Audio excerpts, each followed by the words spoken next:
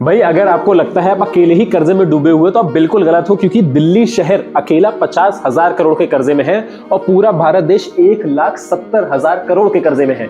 लेकिन जब इतना बड़ा नंबर आप सुनते हो तो दिमाग में 3 सवाल आते हैं कि भैया हम इतना बड़ा कर्जा लेते ही क्यों है, क्योंकि हम एज सिटीजन 40% टैक्स भरते हैं।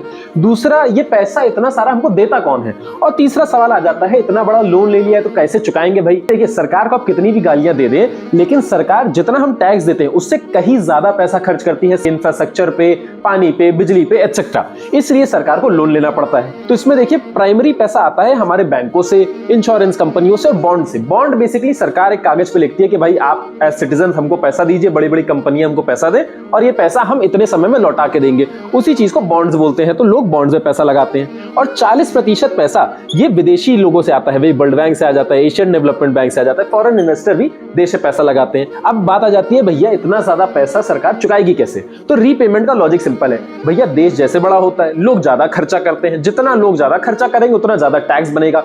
More tax effectively means more income for the government, और मोर इनकम से ही सरकार ये ईएमआई चुकाती रहती है, क्योंकि ये पूरा रायता इज द ग्लोबल इकोनॉमी। तो यूनाइटेड स्टेट्स के ऊपर 2800 लाख करोड़ का कर्जा है, जो कि भारत से 16 गुना है। तो आप ये समझिए, पूरी दुनिया की इकोनॉमी ऐसे काम करती है। और अगर आप अपने छोटे से पर्सनल लोन और क्रेडिट कार्ड के बिल के चक्कर में टेंशन में थे, तो आप चिल करिए कि हमारा देश खुद ही इतने बड़े कर्जे में है। और अगर इसी कॉन्सेप्ट का आपको थोड़ा सा डिटेल्ड वर्जन चाहिए तो कमेंट करिएगा money and follow us and we'll send the PDF your way. Thank you so much.